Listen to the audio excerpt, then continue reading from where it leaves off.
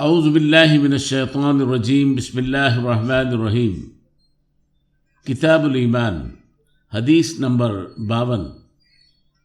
باب اس شخص کی فضیلت کے بیان میں جو اپنا دین قائم رکھنے کے لیے گناہ سے بچ گیا۔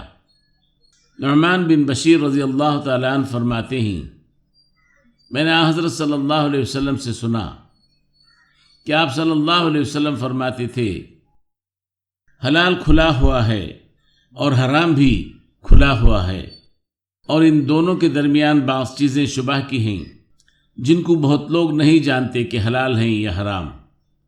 پھر جو کوئی شبہ کی چیزوں سے بھی بچ گیا اس نے اپنے دین اور عزت کو بچا لیا، اور جو کوئی ان شبہ کی چیزوں میں پڑ گیا اس کی مثال اس چرواہے کی ہے جو شاہی محفوظ چراہ گاہ کے آس پاس اپنے جانوروں کو چرائے۔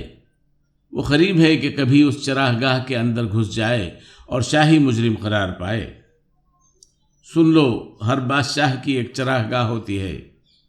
اللہ کی چراہ گاہ اس کی زمین پر حرام چیزیں ہیں، پس ان سے بچو۔